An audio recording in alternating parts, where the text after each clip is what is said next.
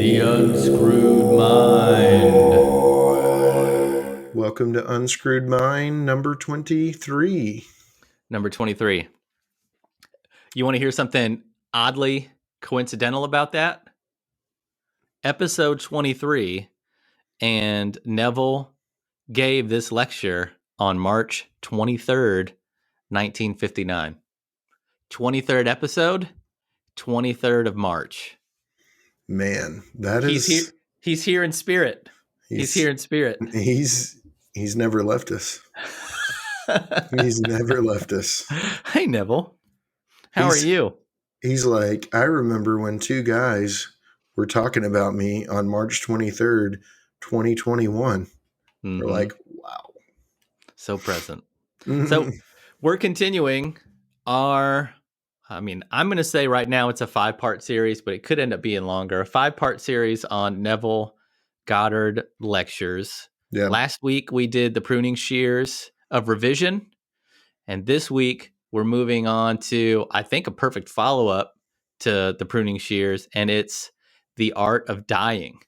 A lot of similarities between this one and the pruning shears. When you talk about revision, he mentions that in this one. But Rusty, you introduced me to Neville. You've been kind of on the Neville, I guess, train, for lack of a better series of words. But you've been following him. You've been reading his stuff, listening to his lectures. What do you like most about this one, The Art of Dying? Well, this one deeply ties in, like most of the lectures, deeply ties into the Bible. And he talks about how you are Moses and that the Bible is written about you. And I think that it's just really interesting take on everything.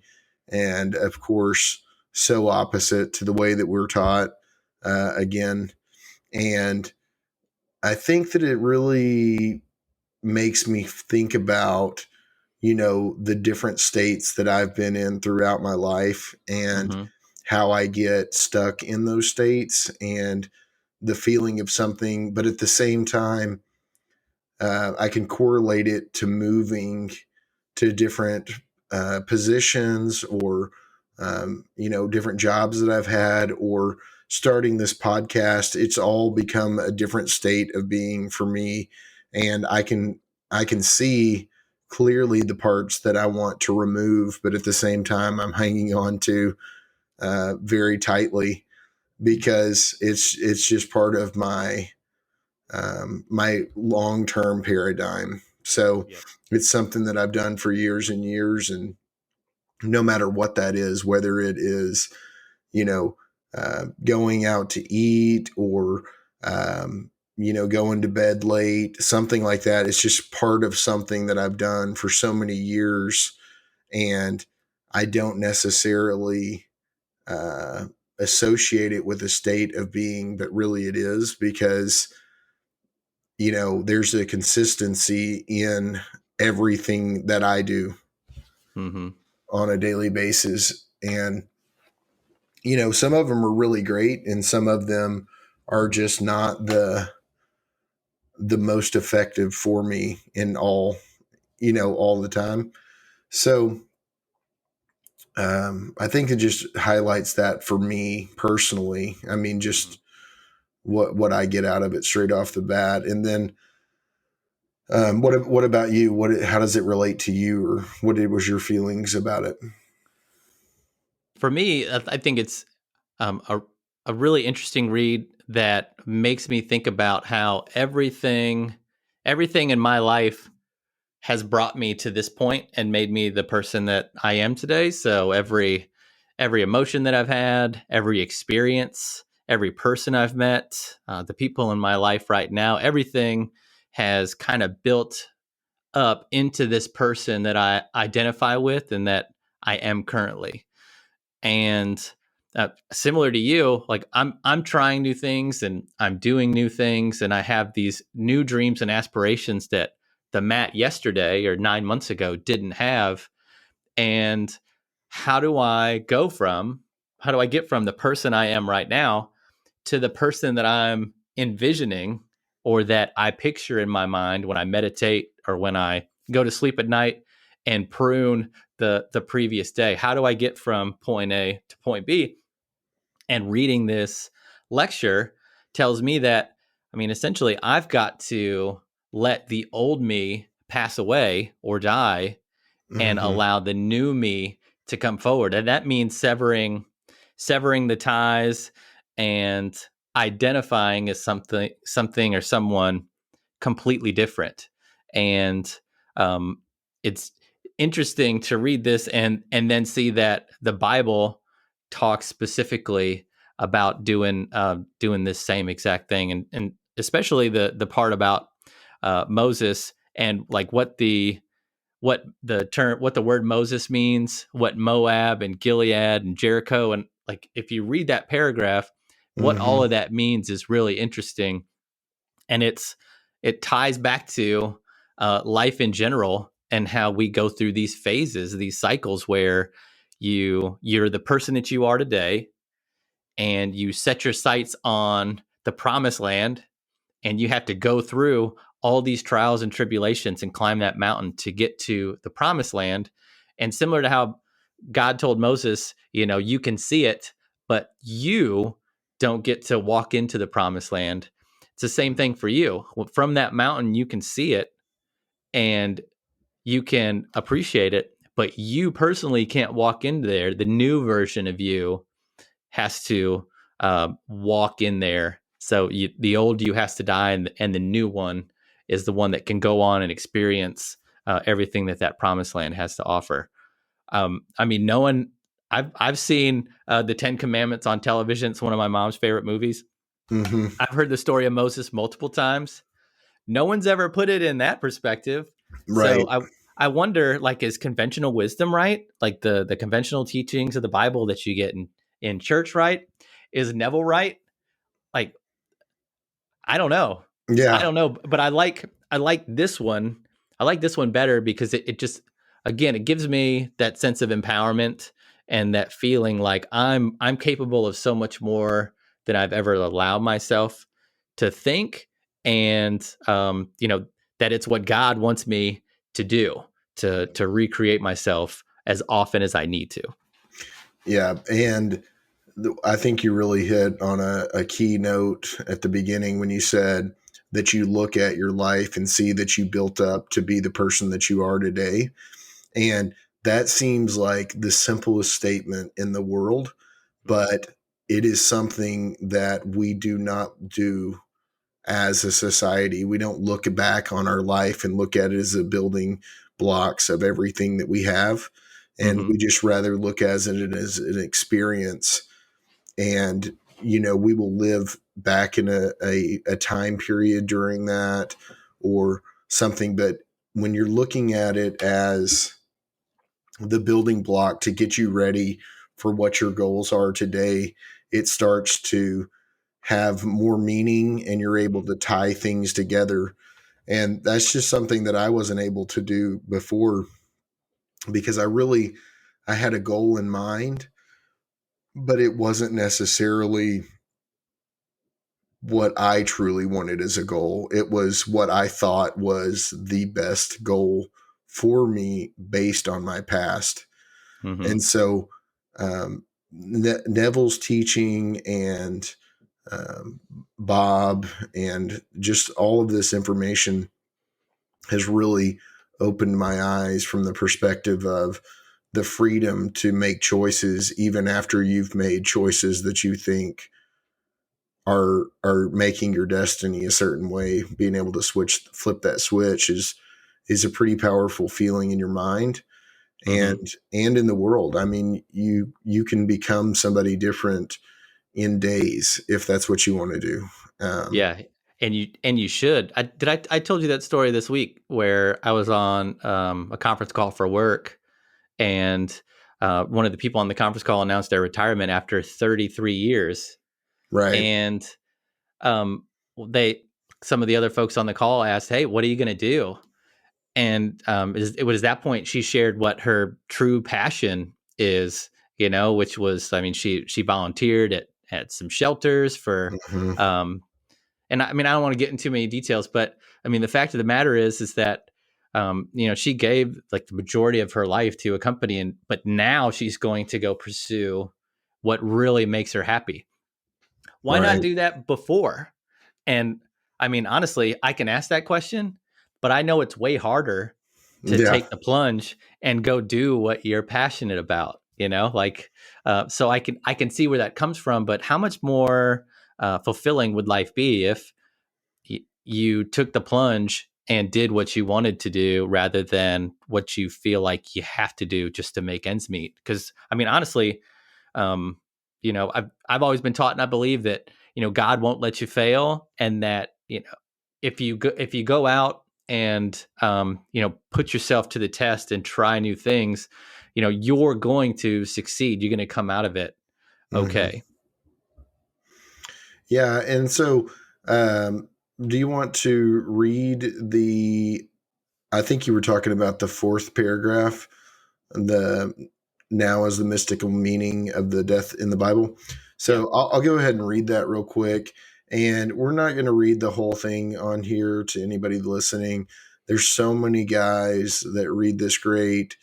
Brian Scott does a great job, Mm-hmm. especially if you're listening at night, because he has a great voice and it's like soothing. It's like It's a lullaby. yeah, it's really Mm-hmm. soothing, and I like listening to him at night just because it doesn't, get me like fired up, pumped up type situation. It just lets me listen to the information, and that man has done an amazing job on finding different lectures and information to read. It is unbelievable. I mean, he does one every single day. Yeah. He's got a different lecture that he's reading.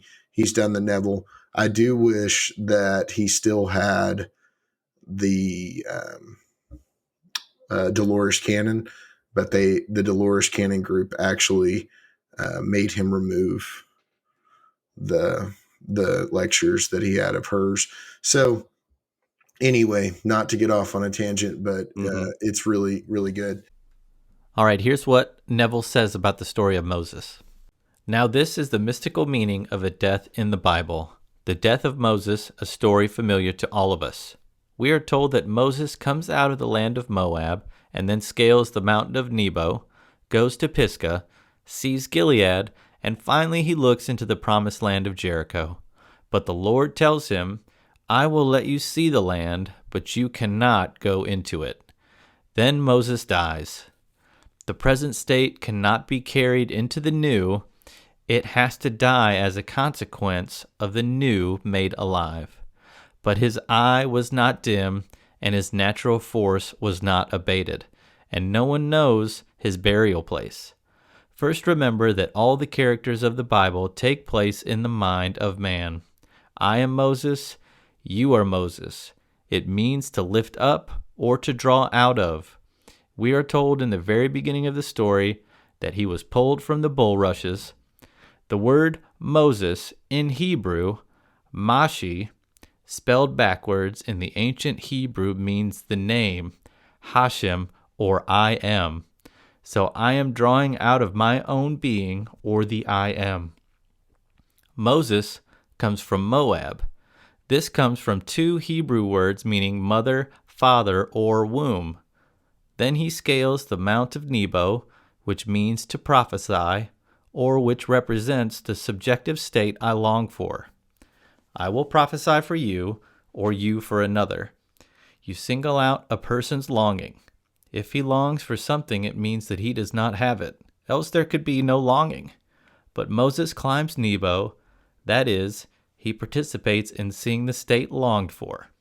I single out something that implies I am the man I want to be. I scale the mountain. Then comes Pisgah, which means to contemplate. I contemplate what I want to be. Then he sees Jericho, which means a fragrant odor. I will contemplate the desired state until I get the feeling or reaction that satisfies. I have not only scaled Nebo, but I have reached Pisgah and looked into Jericho. I am filled with the emotion that implies the act is completed. Then there is Gilead, which means hills of witnesses. Then I, As Moses, die. I cannot go into the promised land, and no one can find where I'm buried. So Boom. that is pretty crazy to hear. And I love how Neville had spent so much time on breaking down different parts of the Bible. And this is crazy. Is nobody knows where Moses is buried, based on the Bible, hasn't been found or anything like that. A lot of times we'll hear. I've seen something on like the ark being found, Mm-hmm. and then some people say that it's incorrect, and there's like a huge debate on it. So, but would you know if it's really the ark? I mean, Well, I guess they would carbon date the wood, right? And know if it was. But even then, like how many thousands of years before Jesus did Noah's Ark happen? yeah, At any rate, that whole Moses story is really, I mean, it's all about you, yeah, right? How you go through life. You decide, from birth to death, you decide what you want to achieve. You picture yourself in the act of achieving it. You get filled with the feeling of accomplishment, and then you die as the old person and accomplish what you want as that new person. And as you do it, you pick up new skills, new relationships, new people, and then you start the cycle all over again. That's like being birthed uh, again into a new life, and then you got your journey. You'll climb another mountain, and you'll have to die to that version as you continuously become better. And I think spiritually, you become more awake hmm and more capable of whatever your life has in store for you. It's really cool. Later, do you have anything to say on Moses? I I can see this just really is speaking to that you have to become the person that you want to be prior to achieving what you want to achieve. So I love that little paragraph there, Yep. and it's not the easiest read for me. What? Yeah, Just, no, I mean, it was so effortless on your part. yeah, no, but the words, it just comes through clear when it's put to you like that. And the whole, like as we've said before, I went to Christian school, and a ton of time spent in Genesis, and just um, the older, the Old Testament, the whole Bible. That's what you get a lot of in your younger years when you're going to a Christian school. You get stories about Moses. You get the ark is what you're talking about a lot, putting all the animals in, all that kind of stuff. But Mm-hmm. at no point are you as good as Moses. Yeah. Moses was something that you're never going to be, or you're never going to achieve, because that was something great that will never be done again. You know what I mean? That's kind of how I've always felt about it. Yep. And um, so it just puts it in perspective for me, and I like it overall. Love it. Yeah. Mm-hmm. Go ahead. So you raised a really interesting, or you make a really interesting point about how um, for you to accomplish what you want, you have to change your you have to change your identity. Basically, you have to be who you want to be right now. Um, I had written this down because it's another book I'm reading, which is Atomic Habits, and Mm-hmm. it talks about how there are basically two um, different types of habits out there, and one's way more effective than the other one. One is outcome based habits, where you know that you want to you're doing something only because it's going to give you the desired outcome. Mm-hmm. And then there are identity based habits, which you're doing because that's who you think you are. And reading that and then reading Atomic Habits at the same time, like I'm struck with the fact that I want us to be successful on YouTube. For that to happen, you've been telling me all the time that I need to think like someone that has all the subscribers that I want. And then Right. I also have to identify with being, a YouTube person. And this book goes on to say that there are basically 2 steps to becoming the person that you want to be. Step 1 is to obviously decide the type of person that you want to be. And then step 2 is to prove that you are that person by getting small little wins.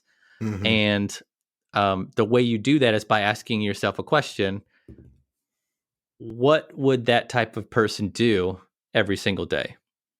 Mm. So I'm just like, when you read this and you think, I need to identify with who I want to be right now, and the old me needs to die, and then you compound that with changing the way you look at habits and doing identity-based habits as opposed to outcome-based habits.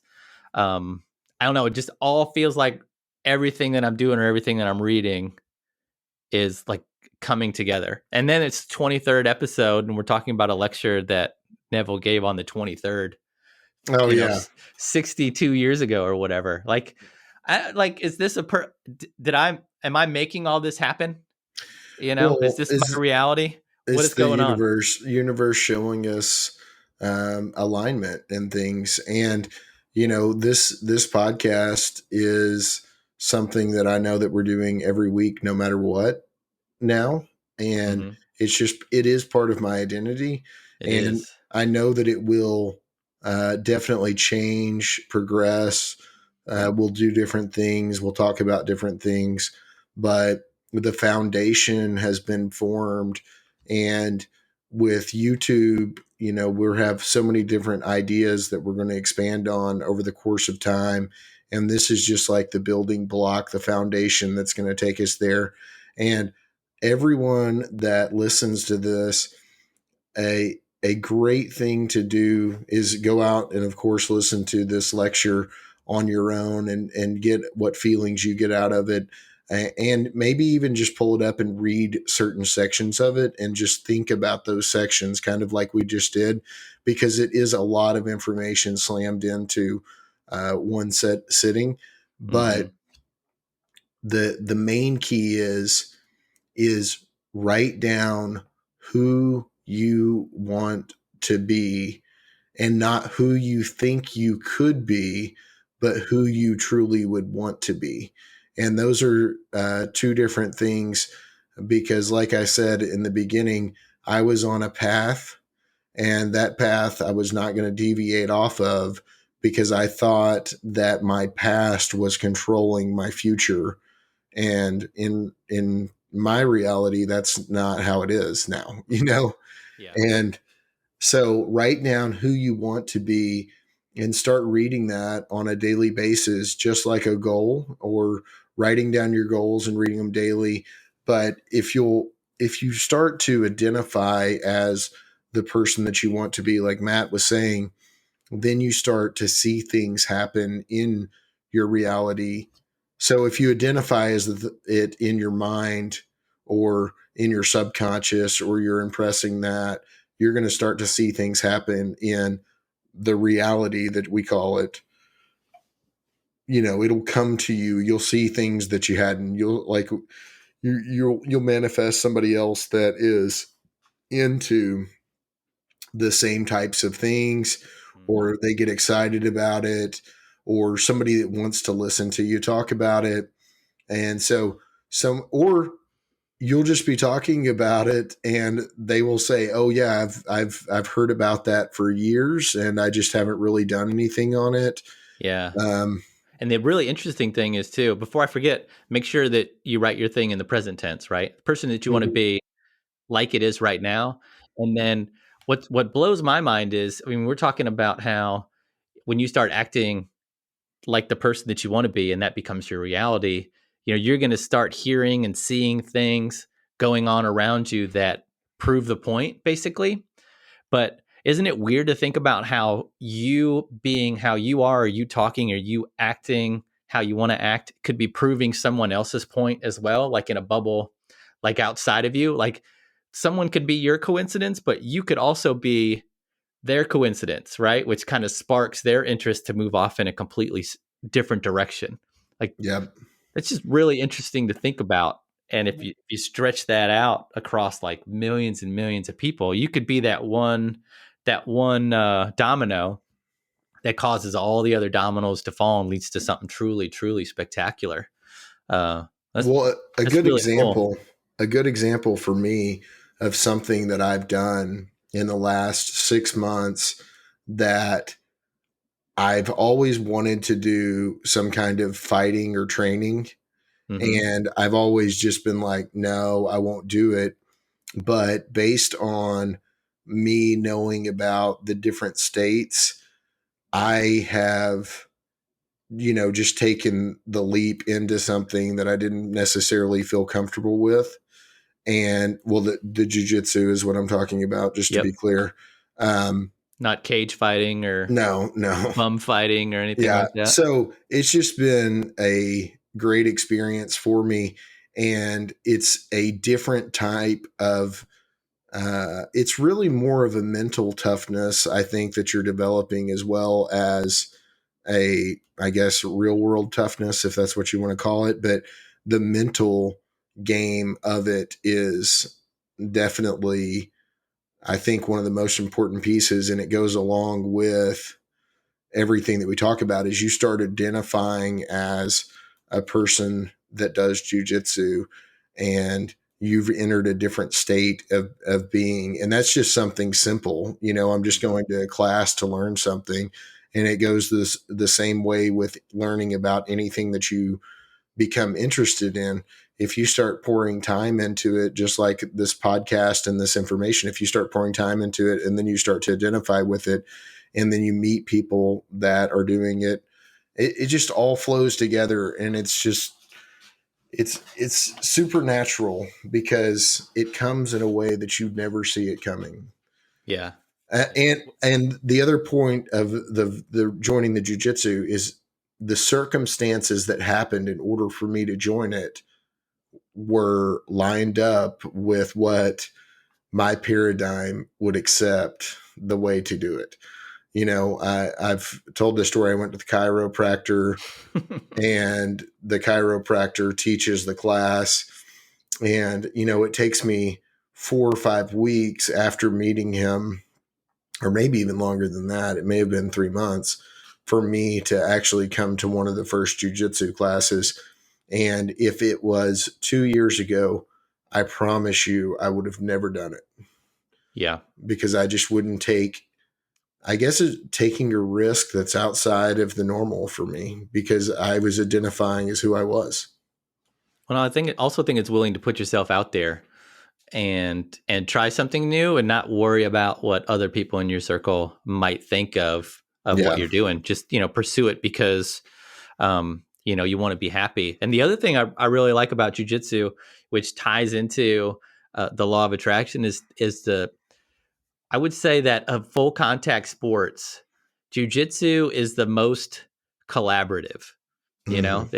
It's not like, especially when you're training or rolling, or I'm not going to Yeah. pretend to know all the terms, but it's truly like it's a collaborative thing where you can't get better unless your partner is willing to allow you to get Right. better. And it's truly one of those sports where when people get up off the mat after sparring or whatever, like there's a handshake and there's a respect for that other person who's doing the same exact thing that you're doing. It's very cool. Guys, here, so there's one more part of this this lecture that I really, really like. And it's the part at the end where he talks about coming to a crossroads. And at the crossroads is a horse that's never been ridden, right? Mm-hmm. Which is obviously a wild horse, like a colt, something that if the second you get on it is going to try and throw you off of it, right? And like the whole point of that is, when you get to that point in the crossroads, you got a choice, right? You Mm-hmm. could stay on this comfortable road and keep on walking down it, and you know where that path goes. Hmm. or you can get on this crazy horse and you can hang on and see where it takes you. He used the words like ride like a madman, you know, and that's again all about taking a chance and letting go of what you know that it's comfortable, and trying to upgrade yourself through doing something that seems extremely dangerous and risky, but in Yeah. the end is going to take you exactly where you need to be. I really, But really like that. we learned that off of playing Red Dead Redemption. Yeah. Yeah. So I mean, I know that you shouldn't get on, that if you get on a horse that's never been ridden before, something crazy is going to happen. yeah. Um, I never would have thought of it as in the context of Oh that's no, I how I need know. to I was grow. just No, I like it. And I, then I just remembered our trips there.